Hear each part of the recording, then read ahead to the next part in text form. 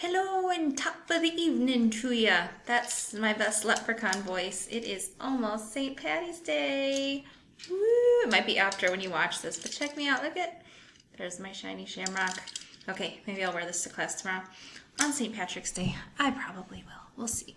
But we are talking in this new chapter about some of the same things that we covered in the last chapter. So this first section has a lot of the same things because we're talking about transformations, and the whole last chapter was transformations. So before we move on, we're going to talk about what transformations can be used to show that two figures are congruent. So just a quick recap of congruence. If two figures are congruent, they have the exact same shape and size, and corresponding side lengths have the same length. And we use kind of like these little tick marks to show congruence. So the one with 1 is congruent to this one. The one with 2, the 2's are congruent, the 3's are congruent, the 4's are congruent. So those sides would be congruent. And a figure, a translation, moves a figure from one place to another without turning it. A reflection flips it over, a line of reflection. A rotation is turned around a fixed point. You guys know all this. And these translations are what we call, or transformations are what we call congruence transformations, because it doesn't change the size or shape of the object, it just kind of moves it. A dilation is a transformation, but this one enlarges or reduces, so you wouldn't create a congruent figure necessarily with dilations. So if one figure can be mapped onto another using a translation, so if I can take something and translate and reflect or rotate and it becomes the other figure, then they are congruent. So this one, if I rotate it, it becomes B. If I slide this, C becomes D. So these are congruent to each other. This one, no sequence of translations will ever take E and turn it into G because it's not translations, reflections, or rotations, I should say, because it's larger. So they're not congruent. I can't use that. So that's kind of what we're going to be exploring, which are congruence transformations and which are not. So there are a few videos for you guys to watch. So just watch these, and this is on page 481 in your book. There's really nothing to fill out, just some information on 481 and 482 for all these videos. Model translations. Animated movies are created using frames. Each frame changes slightly from the previous one to create the impression of movement. To make animation frames using index cards, arrange 10 in a pile and trace a parallelogram on the top right of the first card. On the next card, trace the parallelogram slightly down and to the left. Repeat this on 3 or 4 more cards until the parallelogram is at the bottom of the card. Now trace the parallelogram up and to the left on the next few cards.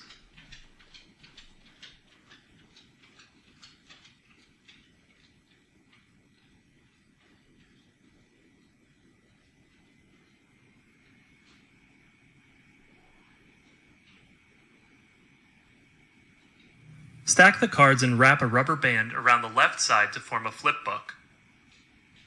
Quickly flip through the cards from front to back.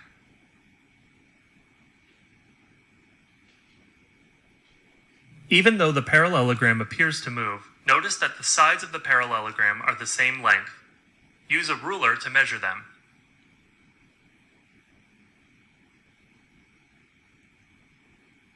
The angles of each of the parallelograms are the same as well.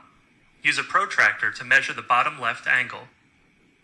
It is important to understand that sliding or moving a figure does not change its shape or size. Okay, that video was kind of dumb. Here's another one. Use tracing paper to model reflections. You can use tracing paper to determine what happens to a figure when you reflect it over a line. Use a straight edge to draw a triangle on tracing paper. Label the vertices A, B, and C. Draw a dotted line near the triangle to serve as the line of reflection. Fold the paper along the dotted line.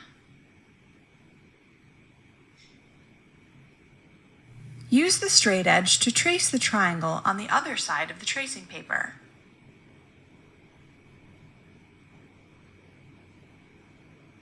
Label the vertices as A', B', and C'.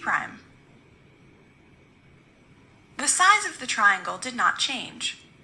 Measure side AB to confirm this.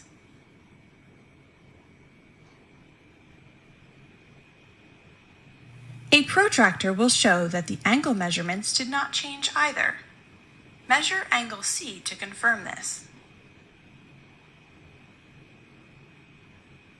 The reflection of the object does not change its shape or size. All right, last one.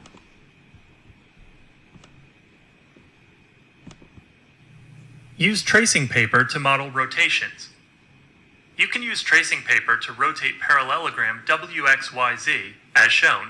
Place a piece of tracing paper over the parallelogram and copy it.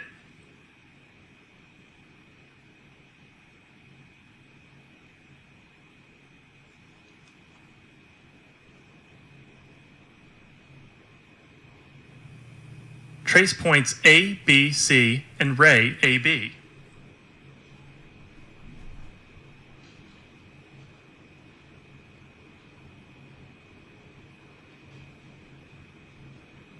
Hold the tracing paper down with the pencil eraser on point A. Turn the tracing paper to the right until ray AB passes through point C. The size of the parallelogram did not change. Measure side WX to confirm this.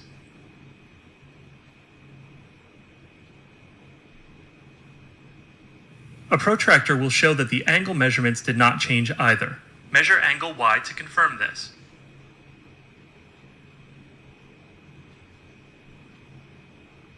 The rotation of the object does not change its shape or size. I mean, I feel like this is kind of obvious because you literally trace the exact shape, so they should be the same size, but just so you know, one way we show congruence is showing that we took one and rotated it and it became the other one. So look at page 480. Actually, hold on, before we go to that. Go to page 483. And you've done a few of these already, but when a transformation is applied and then another one, so there were some where you had to reflect it and then rotate it, or translate it then rotate it, then we call this a composition of transformations. So here's one transformation reflecting it, but then also rotating it would be the second transformation there. And we use a prime, B prime, C prime for the first transformation, and then a double prime, two apostrophes or quotation marks kind of for the second transformation. So just know that when we do more than one at a time, it's called a composition of transformations. So now, and you can show that they are congruent by, if the second can be obtained from the first by a sequence of those. So watch this one now.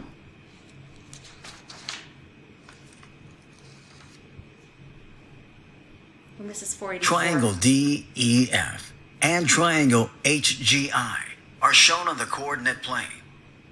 You can determine if the two triangles are congruent by using transformations.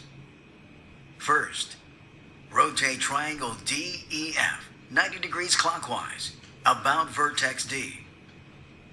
Next, reflect triangle D prime, E prime, F prime across the y-axis. Lastly, translate triangle D double prime, E double prime, F double prime to the left 1 unit and down 6 units so that it maps exactly onto triangle HGI.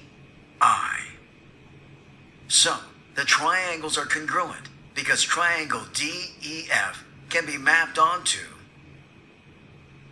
triangle HGI by using a sequence of a rotation, a reflection, and a translation.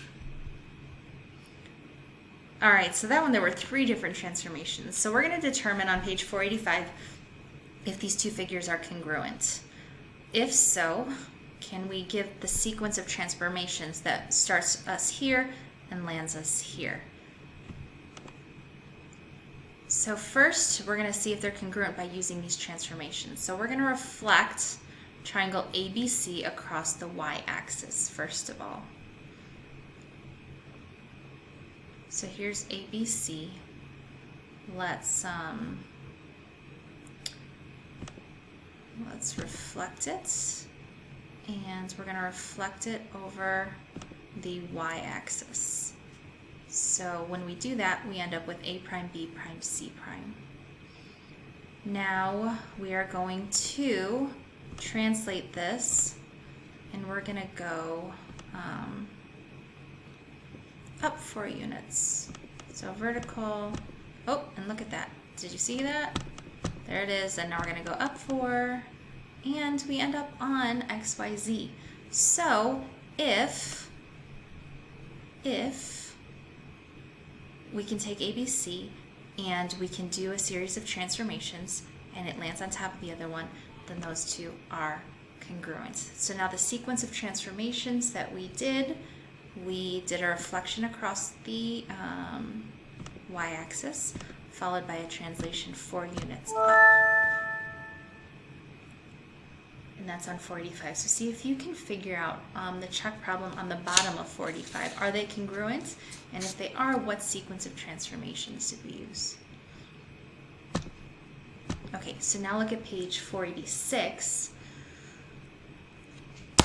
We want to know if these two figures are congruent, and if so, which transformations? Well, just looking at it offhand, we can kind of see that they are not congruent, but let's just do a few things. We're going to translate this over, we're going to reflect this and do a vertical reflection across the line x equals 0, which is the y-axis.